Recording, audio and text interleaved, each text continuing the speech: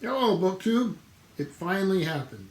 We got out of the house, we went to a thrift store, and we got some books. So, cheers. It's a nice, sort of slightly overcast Sunday. So I'm going to start with probably the biggest find of the day, value-wise. I just got it because I just want to have it. That's the Zane Grey Roundup. This thing came out in, I love the art on the cover. It's got a little nick here, but it doesn't really, not that big a deal, easy to fix. This thing is Grosset and Dunlop, New York, and it came out in 1943. Has a biographical sketch of Zane Grey. It has Zane Grey an interpretation. The Ringer, a boyhood bid to fame in Baltimore, Ohio. Then you have a novel, Wild Horse Mesa. Then you have Dawn, the story of a lion dog. Lion hunting in the Grand Canyon brings out the true nobility of Dawn, a hound of doubtful antecedents. Then you have Tales of Fishes. So these are some of his fishing stories, which are what I like the best. I've got some nice, really nice editions of his fishing stories. You have Big Tuna, 7 marlin swordfish in one day, whale's tails, and giant Nova Scotia tuna. Then you have the story Down an Unknown Jungle River, a comedy of errors. So here, for those of you who are wanting to see that sort of thing. Just a lovely edition, thrilled to find it, 75 cents. So it was the most expensive thing I got today. So that's Zane Grey Roundup. A little ding there, but like I say, I'm pretty pleased with it. You don't see this very often. Then just as a reading copy for myself for 50 cents, I grabbed them. I'm not even sure if I've read it before. I'm a big fan of Donna Leon, and I'll read it and then donate it to the library. After that, I've got a bunch of other fiction. Then we're going to get into some nonfiction. The nice thing is, it was just my wife and I went to the thrift store. We had to go over to New Hampshire to go to it, which is where we go anyway. We just go across the border, and that's where all the shopping is. There's nothing here where we live. Everybody was wearing masks. The staff was behind plexiglass. People were keeping their distance. I was real pleased. We don't see that. Like when we go into grocery stores, we see some people are pretty resistant to having to wear masks. But we were glad to see they were protecting employees. They were walking around cleaning. Thing was very organized, and people were very polite. So we were pretty thrilled about that. So here I have a pile of, and again, these are 50 cents. These are the Destroyer novels, old pulp novels. So I got number 2. This is Death Check. These are by Richard Sapir and Warren Murphy. This is a Pinnacle Books. So this copy here, this is the 11th printing of 1978. The first printing was in 72. So it is nowhere near a first edition, but that's fine. That's not why I got them. I got them because they're a quick read. This is number 3, Chinese Puzzle. So you have Remo Williams, the super, what do they call him, the super weapon, is hired by the White House to smash an Oriental conspiracy that might lead to a United States Red China confrontation. So, very pulpy, very fast, action-y books. I think, what's this one? This is 8th printing of 78, but originally also came out in 72. I've read a lot of these types of things. These, Nick Carter, the Executioner series by Don Pendleton. So this is Mafia Fix, number 4. Remo Williams, the human superweapon, seeks out and destroys an international narcotics ring. I like that cover. So these are of a time and place for sure. This one here, and these are Pinnacle Books.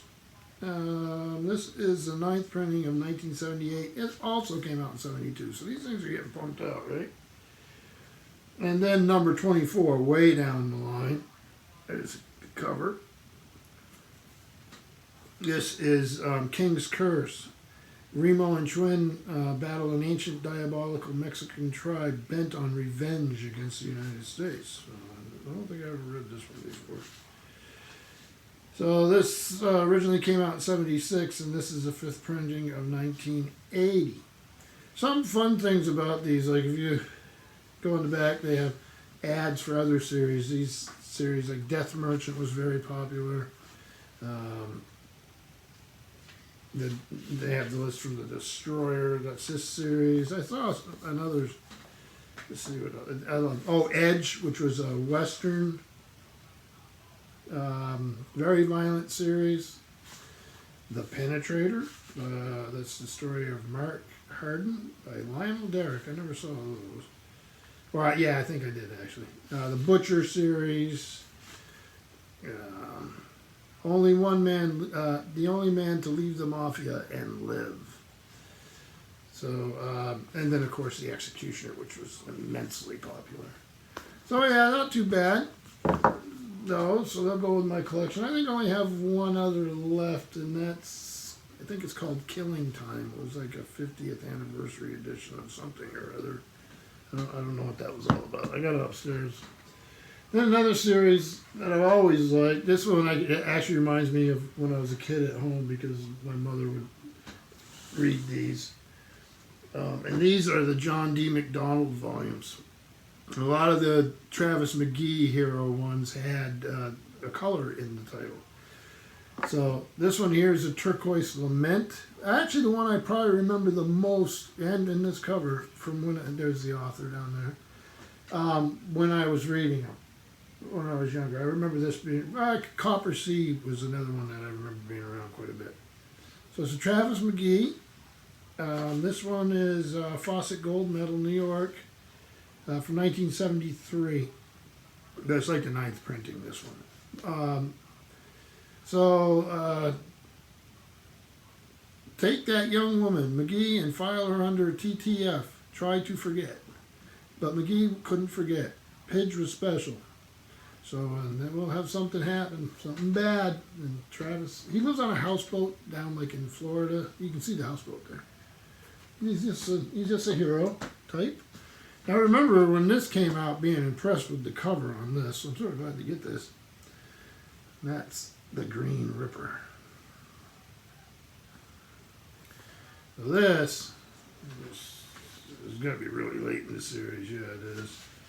Fawcett Gold Medal. This is 1979. This actually is the first Fawcett Gold Medal printing of 1980.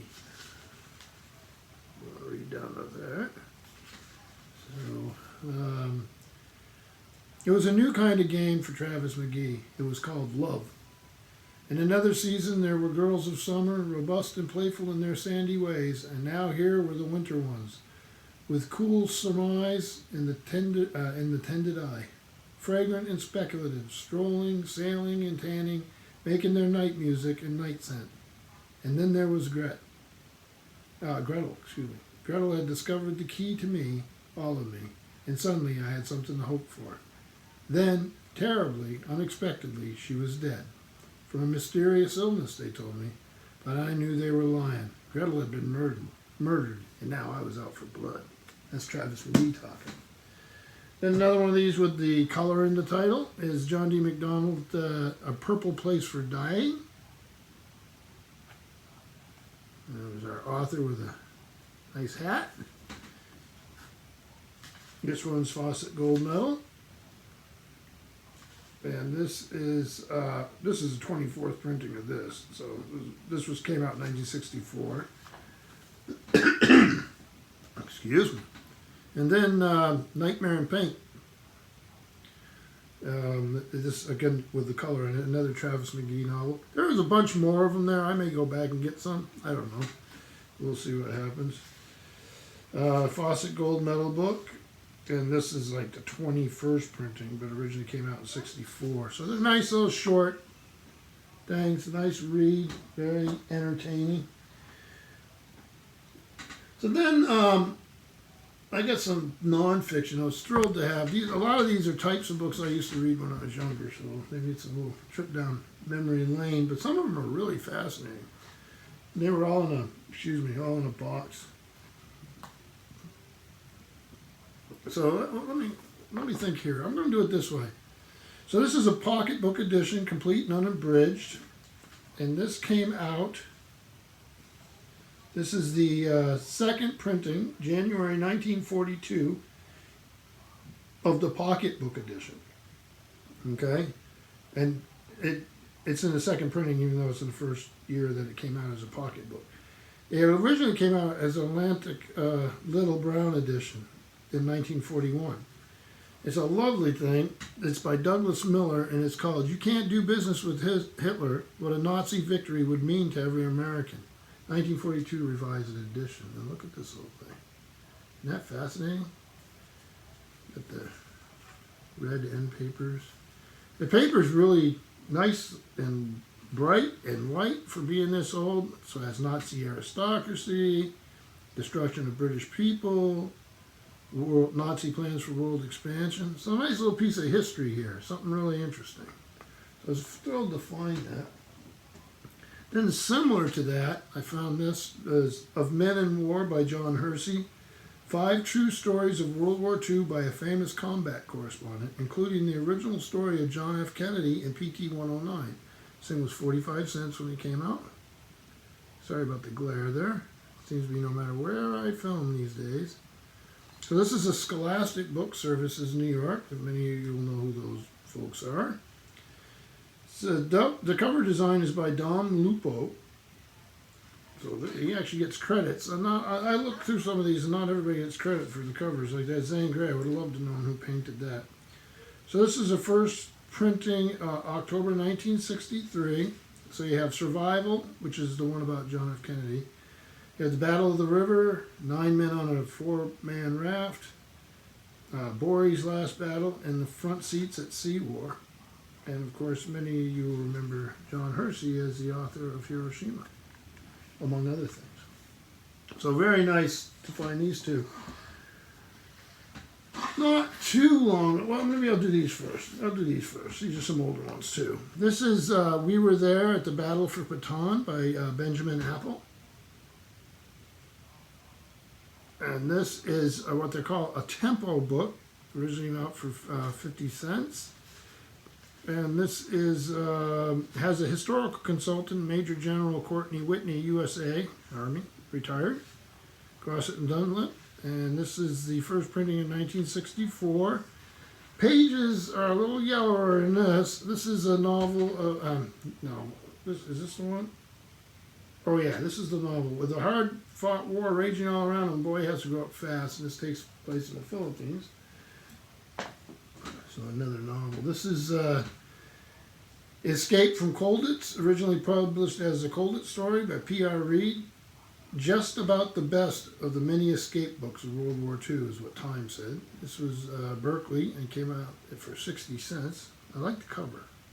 I really like the cover. And this Berkeley Medallion book.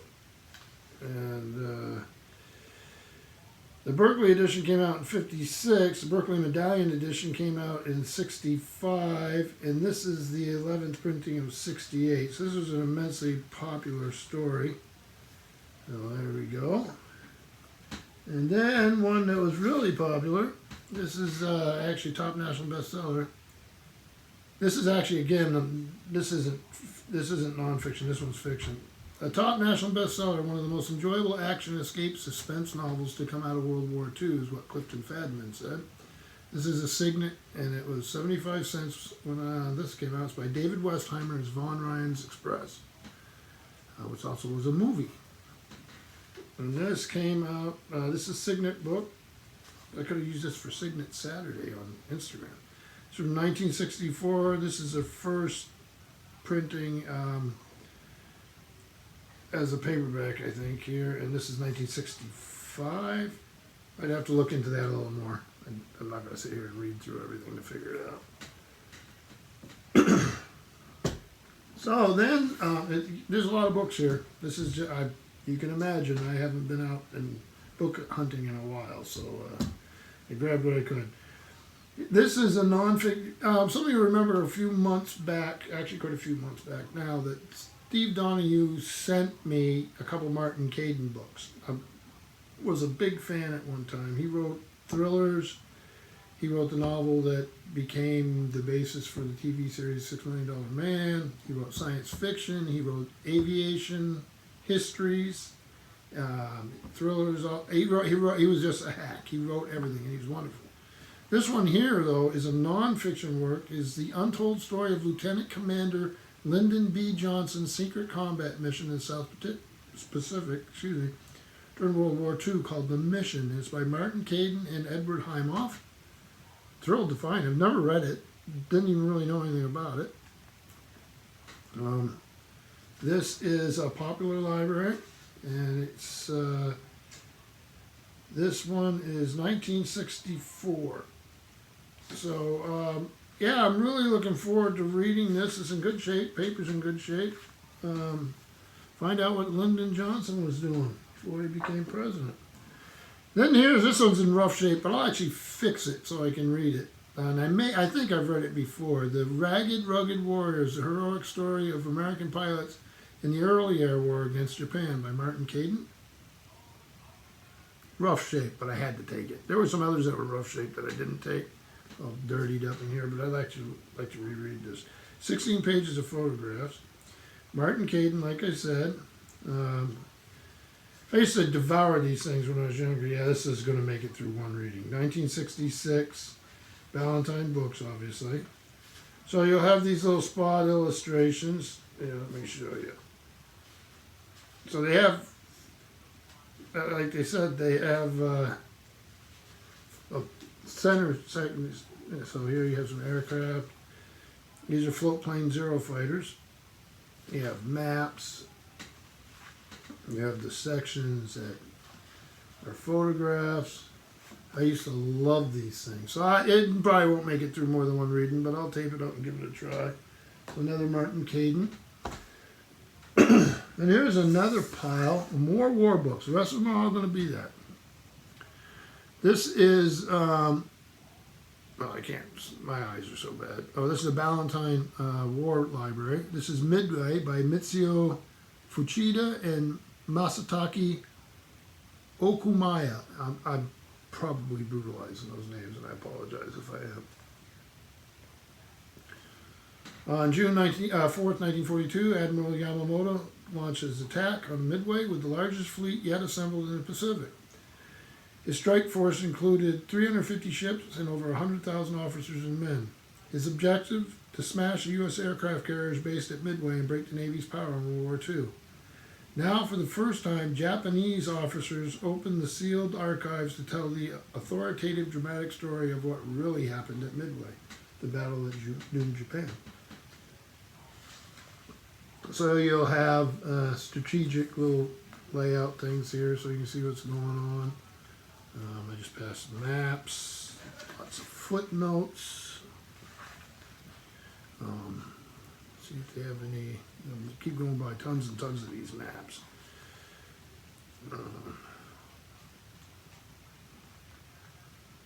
There's task force lists. I have not read this one ever before. I don't. So the original publisher was U.S. Naval Institute, which you've seen on this channel before because I'm a big fan. Then the rest of these all look pretty similar in this small pile. They get that same look. This one here is Blue Skies and Blood, The Battle of the Coral Sea by Edwin P. Hoyt, who's well known. Introduced by Rear Admiral Ernest M. Eller, United States Navy retired. Special Action Photo Edition, a military book selection, and it's a Jove war nonfiction. Quite a cover. Pretty good shape. Jove book again. And this one is from they make mention right off the bat of Samuel Eliot Morrison's United States naval operations in World War II, which a certain historian booktuber has the entire setup. It's 1975, and so I'm looking forward to that. This one, yeah, this one has pictures in the middle. This next one that looks similar, but it looks like it has a different publisher. This is Playboy Press. This is Corregidor, James H. Belote and William M. Belote. I hope I'm saying their name right. The stirring saga of a mighty foresters. Another special action photo edition. Even has the old price tag. What's that from? General Merchandise. They sold it for $2.25, and that's what it was originally. Quite a painting on the cover. This is, like I say, Playboy Press. First Playboy Press paperbacks printing August 1980. Copyrights originally from 1967. And then it just has a cover illustration copyright and doesn't tell you who did it, which is sort of sad. And there's a section of photos. Then looking the same, but this one's also Playboy paperbacks. This is 48 Hours to Hammelberg by Charles Whiting, the true story of Patton's bloodiest mission. You can see the wraparound artwork. The order came from General Patton and it sent 300 American soldiers on a suicide mission. And I have not read this either. And this one is from 1970, but the Playboy version here is from 82. So you got the map there. This one does not appear to have a section of photos. It does not. That would have been sort of nice, but it is what it is. So, story about Patton and a suicide mission. Then we have Frankie Walton. Once They Were Eagles. Those of you who remember the television show Baa Black Sheep with Pappy Boyington was played by Conrad, the guy who was in Centennial and How the West Was Won. Robert Conrad? Hopefully I'm right there. Let me know. This is the story of that squadron. The story, and this is Frank Walton was the intelligence officer for the Black Sheep Squadron. So this is published by Pocket Books New York. This is the first Pocket Books printing of August 1987. Walton wrote it in 86. Seems odd that the book is so much later than the events. These are Marine Corps pilots in the Pacific during World War II. So there are pictures here. And Pappy Boyington was quite a flamboyant character. So glad to have this. And then another aviation World War II. This is James H. Howard, the thrilling story of America's World War II pilot who became a fighter ace in both Asia and Europe. It's called The Roar of the Tiger. Quite a cover there. This is Pocket Books again, 1991. This is the first Pocket Books printing, though, in 1993. And this is this pilot story. No photographs or anything in this one, but I'm looking forward to that. Then the last two, I promise you, we're almost there.